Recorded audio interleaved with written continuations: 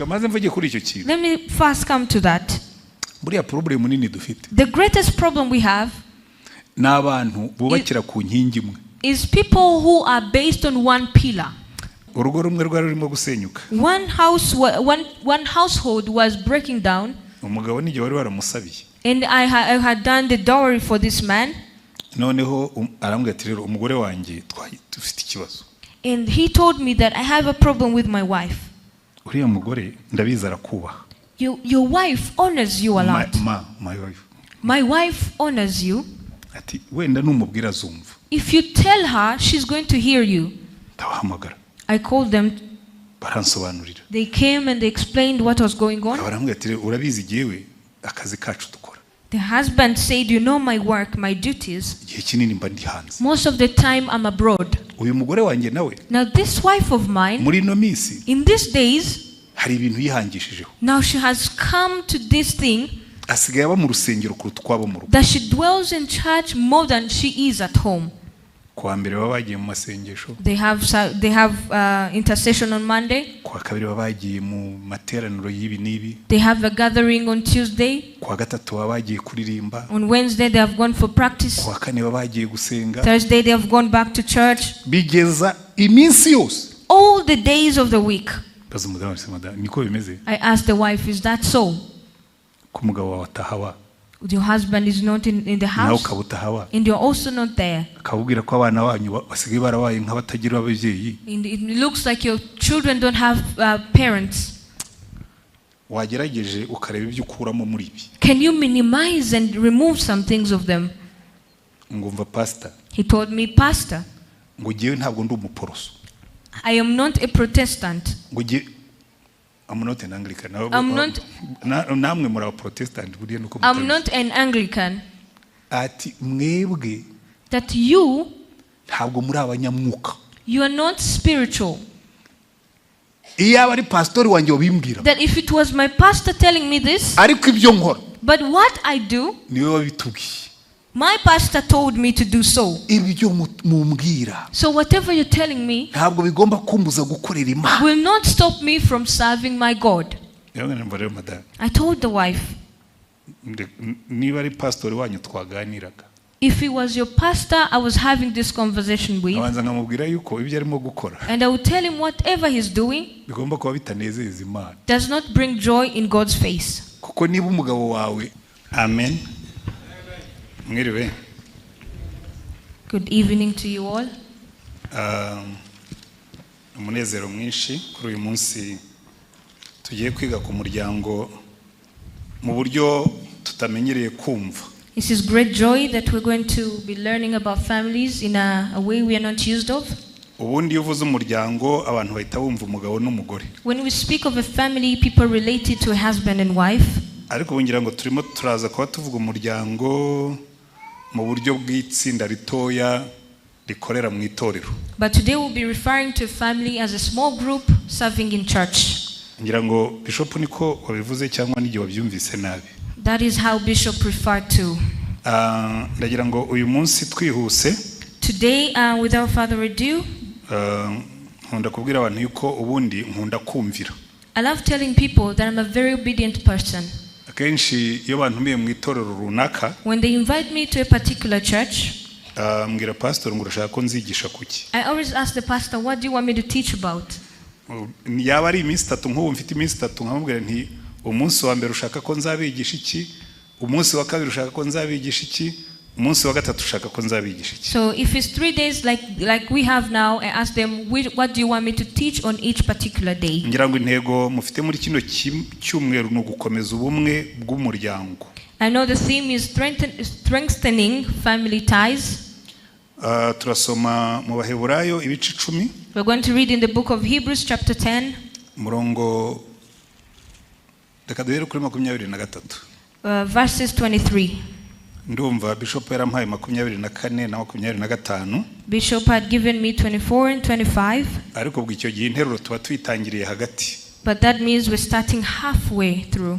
So duhere kuri 23 tugeze kuri 25. So we're going to start from verse 23 through 25. Haravuga ngo dukomeze kwatura ibyiringiro byacu tutanyeganyega. Let us hold fast the profession of our faith without wavering. Kuko wasezeranije ari uwo kwizerwa. For he is faithful that promised. Kandi tujye tuzirikana ubwacu kugira ngo duterane ishyaka ryo gukundana n'iry'imirimo myiza. And let us consider one another to provoke unto love and to good works. Twe kwirengagiza guteranira hamwe nk'uko bamwe bajya babigira. Not forsaking the assembling of oneself as others do. Ahubwo duhugurane kandi uko mubonye urya munsi wegera mubari ko murushaho kugenza mutyo. But exhorting one another and so much more as you see days approaching. Uyu munsi ndagira ngo sindi butangire kuri aya magambo ngo nyibandeho cyane. Today I'm not going to begin and emphasize on these words. Ndagira ngo ahubwo dufatire ku kintu cyitwa amahame shingiro y'ubumwe bw'umuryango. But I want us to talk about the fundamental principles of a family. Foundational principles. The foundational principles. Umuryango uwari wo wose. Any particular family. Tukamaze mpere ku mubiri w'umuntu. I'm going to start now to a person, a human being. Buriya ibintu byose Imana yaremye bikoze kimwe. Everything God created has similarities. Ibihumeka byose. Everything that has a breath biteye kimwe. Has common similarities. Ibidahumeka byose. Those without breath nabyo biteye kimwe. They all have common similarities as well. Iyo ufashe umuntu, now when you take a person, ugafata inyamaswa, and take any animal, ubwo harimo n'inyoni, including birds as well, harimo n'amafi, including fish, ugafata n'ibiti, and you take trees, usanga buriya byose bifite amahame shingiro bikoreraho. They all have fundamental principles that work according to them. Byubakiye ku kintu cyitwa cellule. Their foundation is on something called cells. Abizi ibiti, those who learned about trees, bigira cellule. They have cells. Abizi inyamaswa, those who learned about animals, zigira amaselule. They all have cells. Umubiri w'umuntu, a human body, ugizwe n'amaselule, is composed of different cells. Utugingo duto, these small particles, twegerana, that combine one another, hanyuma tukarema ikintu kinini. And they form something large.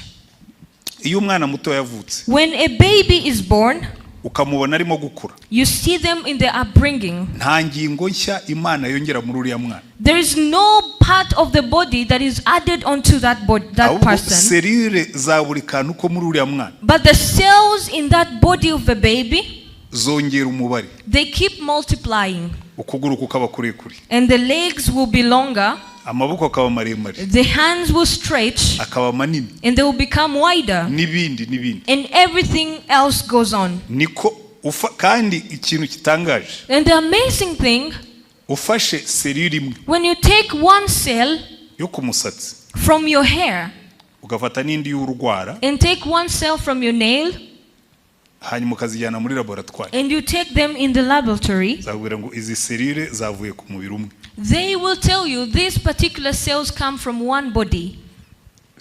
Abize biology murabizi. Those who learn biology know about it. Utemye igiti, now when you cut down a tree, ukagikora ku buryo umuntu adashobora kumenya ubwoko bwacyo, and do it in a way you cannot know its nature, ugatema n'ikindi, take another part of a tree, ukabivanga, and combine them, ukabijyana muri laboratoire, take them in the laboratory, selule zazo bazazitandukanya, bakubwira bati iki giti kiri ukwaki kitandukanye n'iki. Their cells will differ. Bivuga iki rero? What does it mean? Buriya ni Imana ijya kurema abantu. When God was going to create people, yabyubakiye kuri icyo kintu cy'amatsinda mato ajya hamwe akarema ikintu kinini. He built it in a way of small cells or small groups who come together and create something large. Ubwo natangiye muri rusange kuri. I have started in a bigger picture of it. Ariko noneho ninjire mu muryango w'abantu. Now let me dive into the family. Buriya mwabonye ko Imana itangira gukora ibintu. You've seen that when God started doing something, yatangiriye ku mugabo n'umugore. He started off with man, husband and wife. Ibashyira hamwe. He put them together.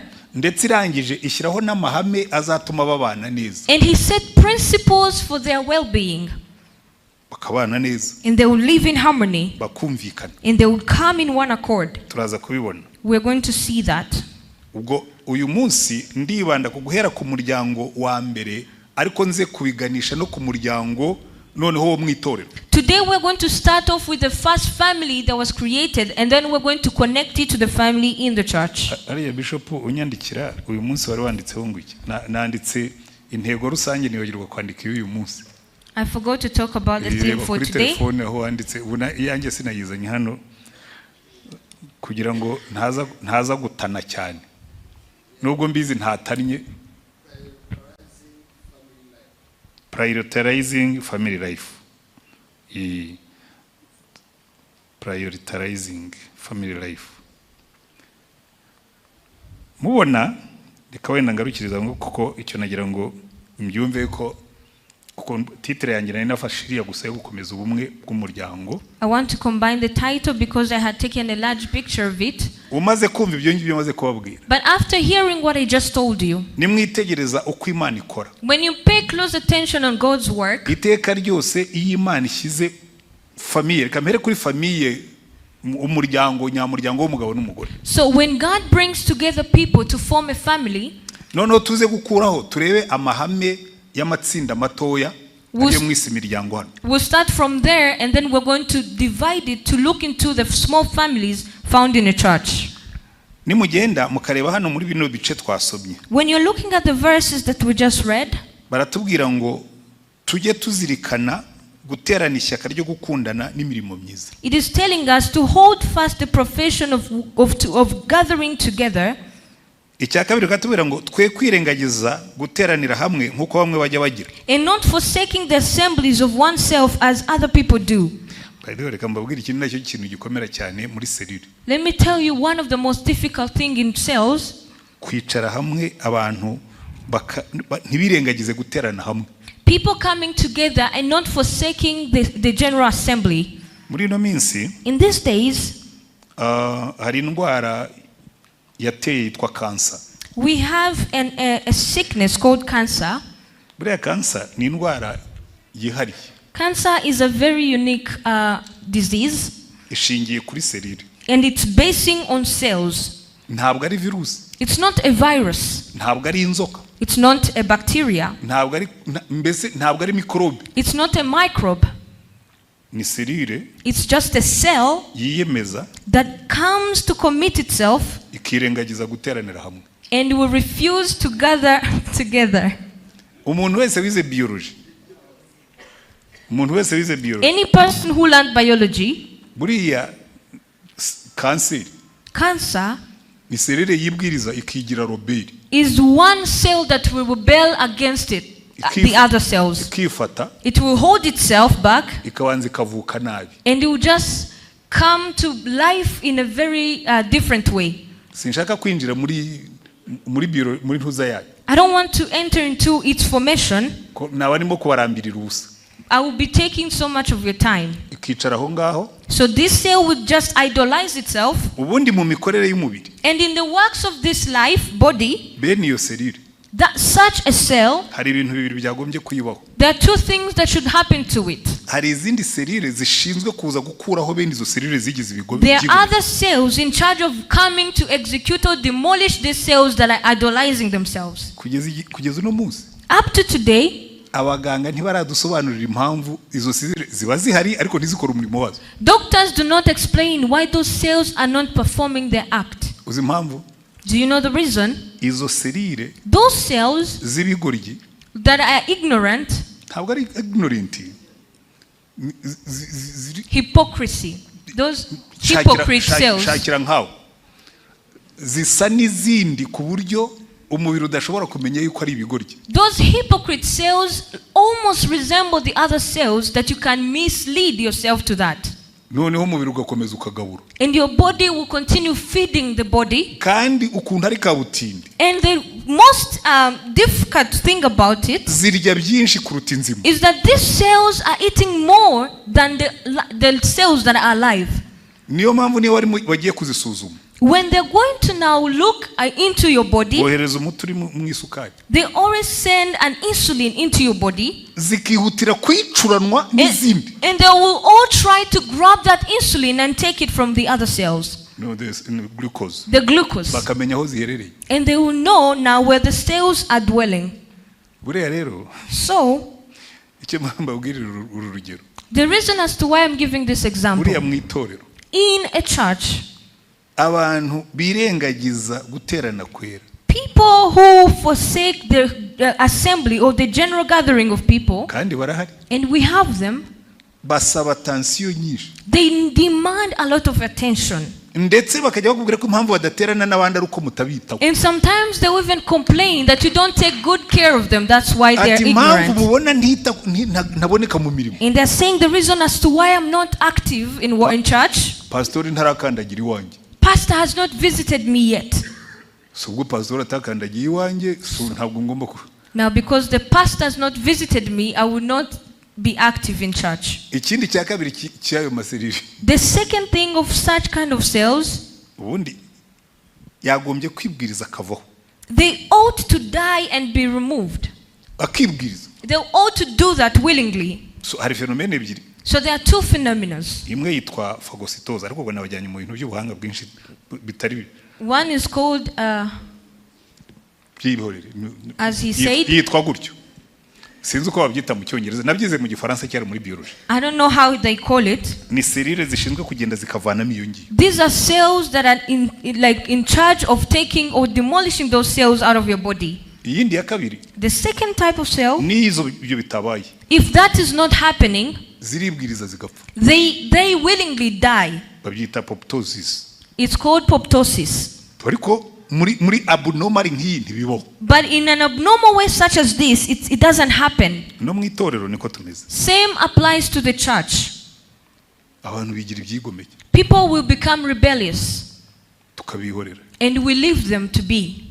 Kuko babaza gusenga. Because they come to church. Bagatangira icya gatatu kizo serire kakivuge hanyuma nanaziveho. I will speak the third about those cells and I will go on another step. Ziratangira zikabwira izindi zizikikije. They start now communicating to the cells that are close to them. Kugiye nigometse. That have become rebellious. Ntibigire icyo bintwara. And they have not done anything about it. Mwebwe kuki mukomeza muri uyu murongo? Why are you also in this lane? Izindi nazo zikazumvira. And the other cells will agree to what this rebellious cell will say. Akazi kibyimba. And there will come a tumor. No muri church ibyo bintu biraho. The same applies to the church. A tumor. Kibyimba. A tumor. Ariko byose byavuye he? But where does that originally come from? Muri serire. It came from one cell. Muri wa muryango. From that family. So what I want to say this evening, kugira ngo serire zizakore neza, for the cells to work smoothly, kugira ngo imiryango izagume mu bumwe, for the families to remain united, tugomba kumvira aya magambo. We ought to abide by these words. Kwe kwirengagiza guteranira hamwe. We do not forsake assembling together. Kwe kwirengagiza guterana umwete gukora imirimo myiza. Let us all come in one accord to do the great works. Amahame shingiro yabyo rero nayo. So the fundamental principle is this. Icyambere iyi ni principle y'Imana. This is God's principle. Nkuko nabibabwiye dutangira. As I said when we were beginning, Imana itangira kurema. When God created, yatangiriye kuri Adamu na Eva. He started creating Adam and Eve. Ariko ninkomeza kwigishiriza kuri Adamu na Eva. But when I continue abiding by Adam and Eve, murahita mwumva umuryango mu buryo bw'umugabo n'umugore. You will consider a family in a form of a husband and wife. Ariko buriya umugabo n'umugore. But a husband and wife, by the way, navyo ni kimwe. It is also kind of the same. Biriya nababwiraga by'amaserire. The cells I've been talking about, n'ingo zigenda nabi. Even families that are struggling, haba harimo umwe. There has to be one person ukora nk'iriya serire ifite iriya serire ya cancer, who has become rebellious like that cell of cancer. Umugabo akiyemeza, the husband will commit, ibintu byose bikaza, everything is working accordingly, akanga kubifatanya n'umugore, but they don't want to share it with the wife. Ibyo yarategerejweho, whatever they've been waiting upon, agakora ubuguryi, they will do contrary to that. Umugore nawe bikamera bityo. And the same applies to a wife. Urugo rukabyimba. And the household will expand. Rugasenyuka. And it will break. No mu itorero nuko. Same applies to the church. Principles z'Imana zikora kimwe. The principles of God work accordingly in every way. Kugira ngo umubiri ushobore gukora neza. For the body to function well, nuko ingingo zose zikora umurimo wazo. Is that all body parts join together to do their own work. Buri muntu wese agakora icyo yagenewe. Everybody do what they are assigned to do. Uririmba akaririmba. Whoever that is assigned to sing will sing. Ndaje reka tubanze turebe uko Paulo yabyanditse. We are going to look at how Paul wrote and said. Mu Baroma igice cya 12. In the book of Romans chapter 12. Paulo arandika akavuga ngo. Paul wrote and said. Umurongo wa 6. Verses 6. Yakoreka duhere kuri 5 nubwo byumvikana neza. We're starting from verses 5. Cyangwa 4 bwo.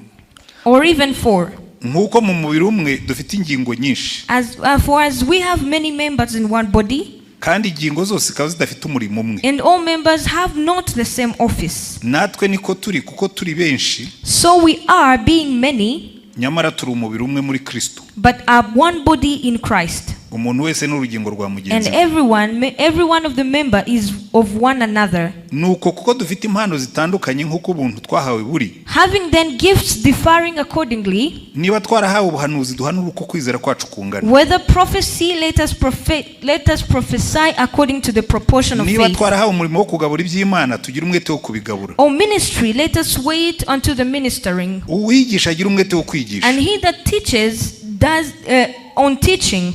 Uhugura agira umwete wo guhugura. And he that exhorteth ugira ubuntu abugira atikanyiza. Exhorteth them, and he that giveth will give it in simplicity. Utwara atwarana umwete. He that rules will rule diligently. Ugira imbabazi azigira nezerewe. And he who shows mercy will show it cheerfully. Nimureba muri Bibiliya. When you look at the Bible, muzasanga iteka ryose Imana itugereranya n'umubiri. You will find every time God is generalizing us to one body. Buri muntu akaba ari urugingo rwo mu mubiri. And everybody is one body or one body part. Kandi agahamagarirwa gukora umurimo we.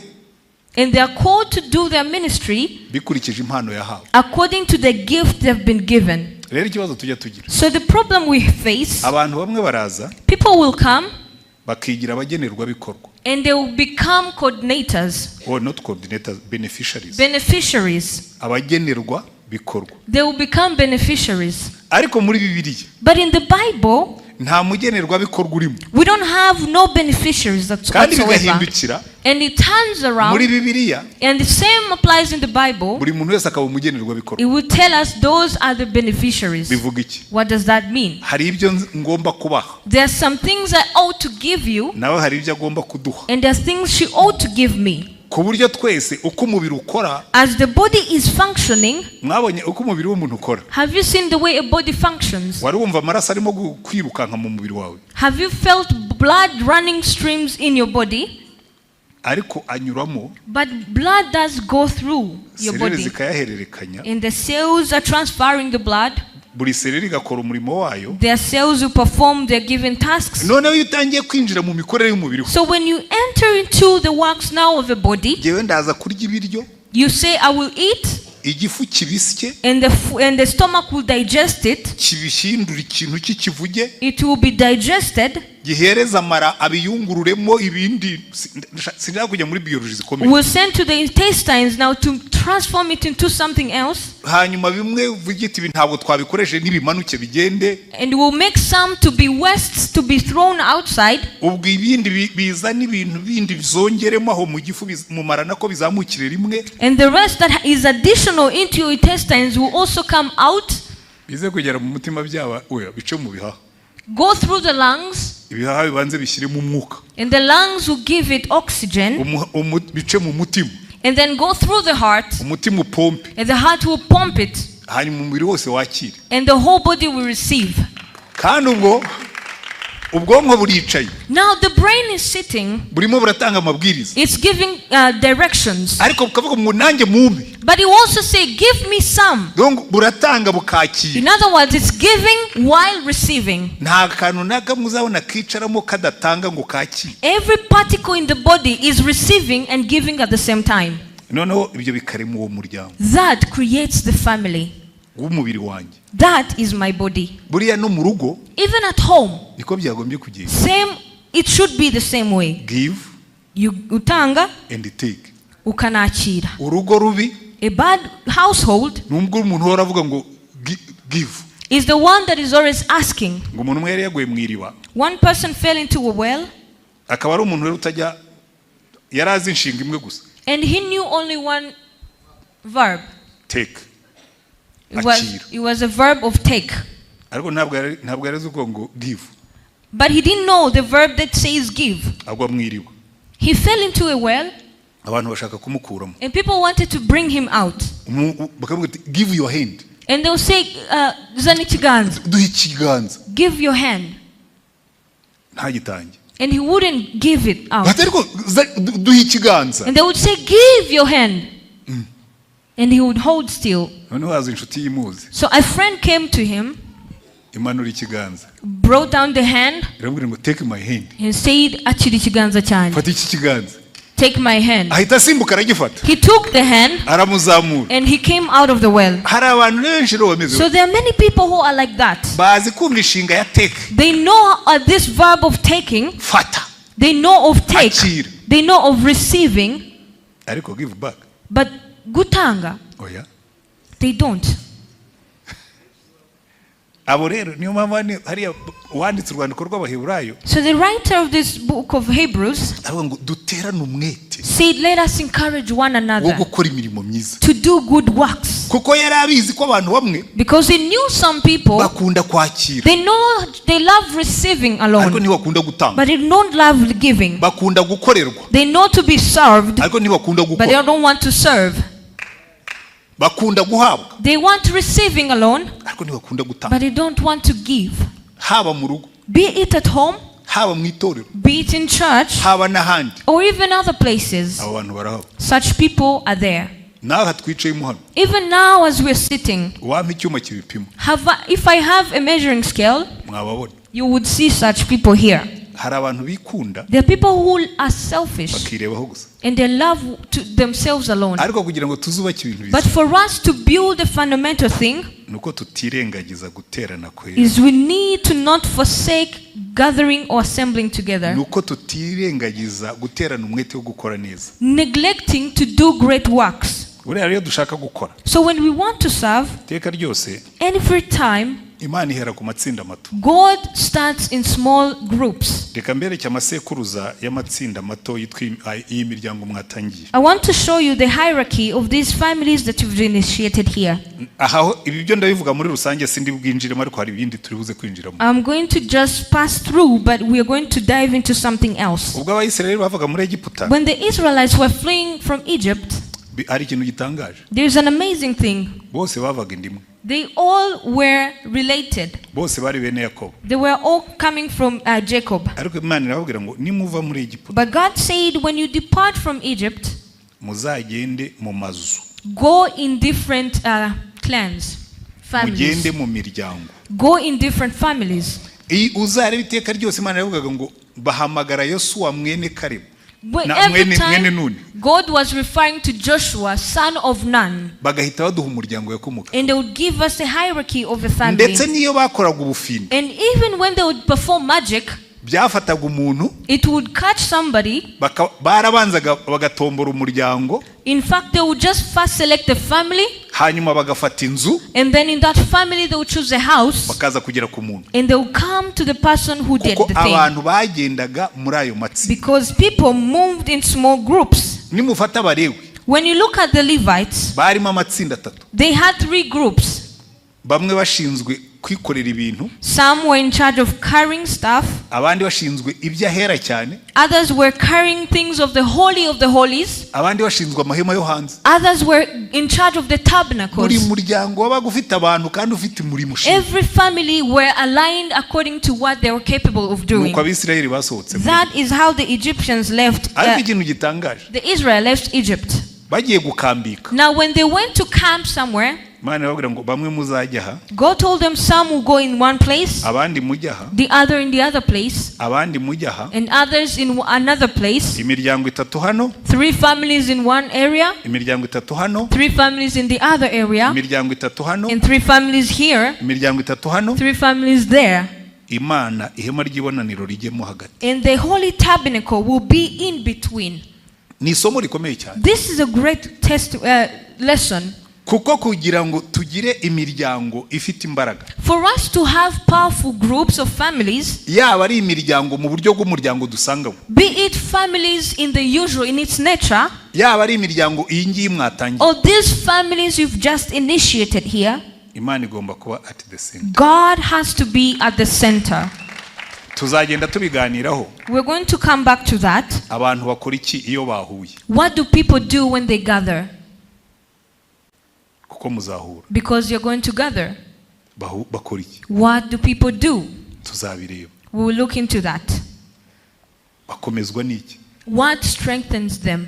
Ariko icyambere mugomba kubanza kubona. But first and foremost, ngo uyu munsi ndabaha ibyo bita amahame shingiro. Today I told you I'm going to be talking about the foundational principles. Ariko ejo, but tomorrow, tuzareba imirimo yo mu muryango. We'll look into the activities found in a family. N'ejo bundi. And the day after that.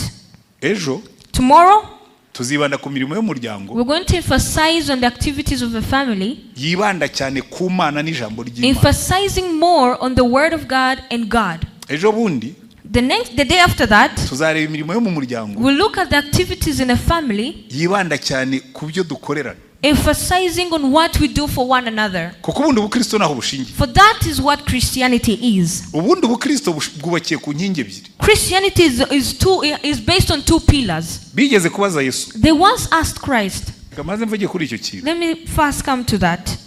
Buriya problem nini dufite. The greatest problem we have n'abantu bubakira ku nkingi imwe. Is people who are based on one pillar. Abantu bo hanze, people from outside, badasenga, who are not Christians, bubakira ku nkingi imwe. They are based on one foundation. Abo twita beza. Those we call good people. Abo mwitorero nabo. Now when you come to the church as well, umubare munini, the great number of them, bubakira ku nkingi imwe. They are centered on one pillar. Nizi.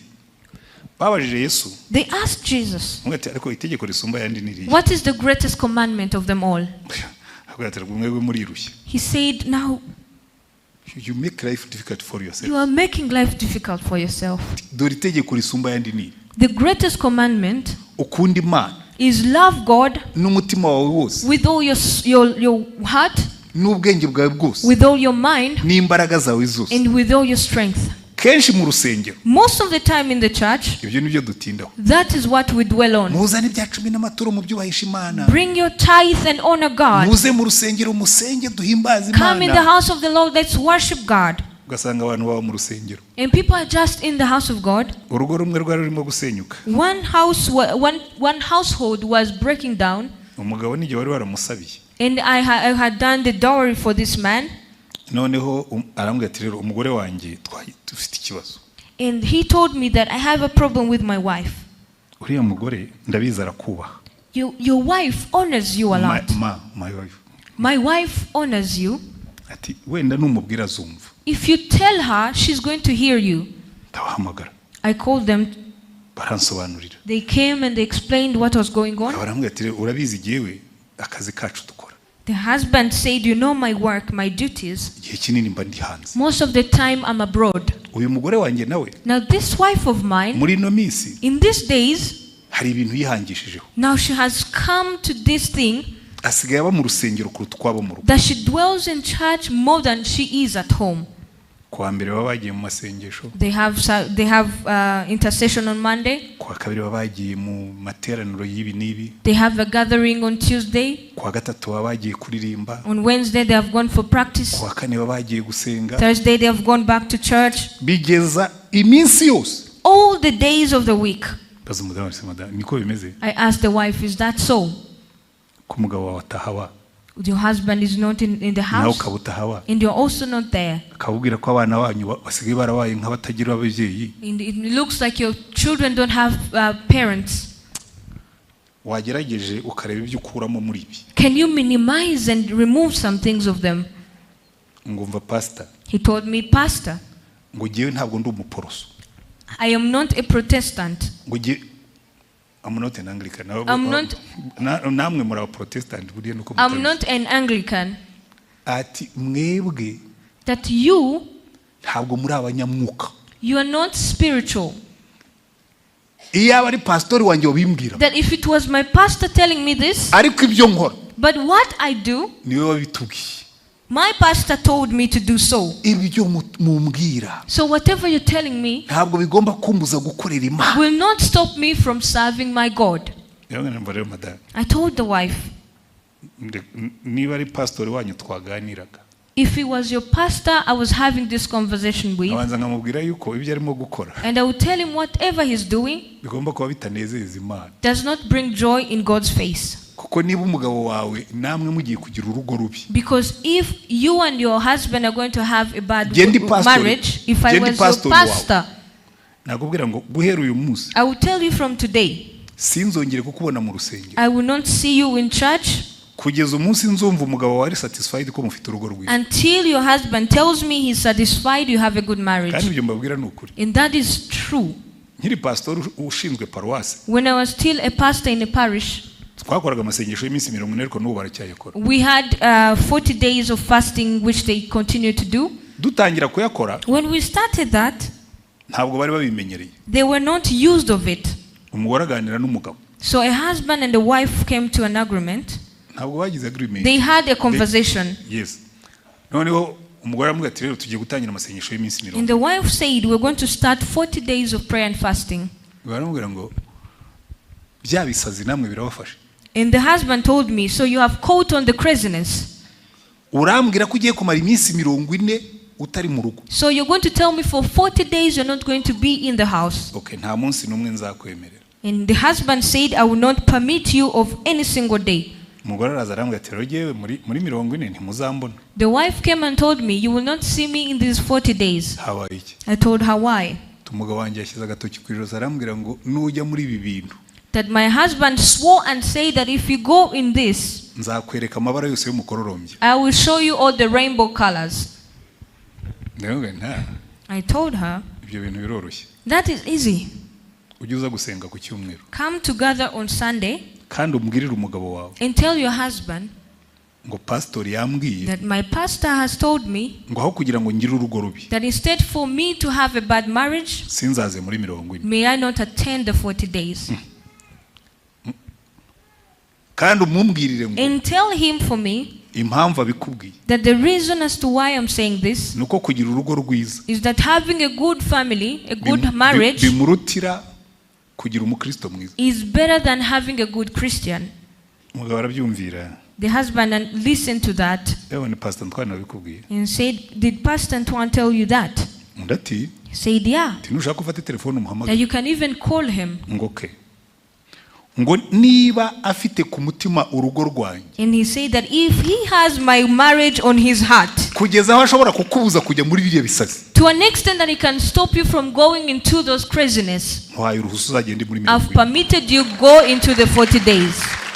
ariko icyo nenda kubumvisha. What I want to say is, iyo ubwiye umugore cyangwa umukobwa cyangwa umwana, when you tell a woman or a wife or a girl ngo usuzugura ababyeyi kugira ngo uze gusenga, that disrespect your parents so you can come to church, ngo ugongane n'umugabo kugira ngo uze gusenga, or that you can have a quarrel with your husband for you to come to church, burya hari itegeko wica. You are breaking one of the laws.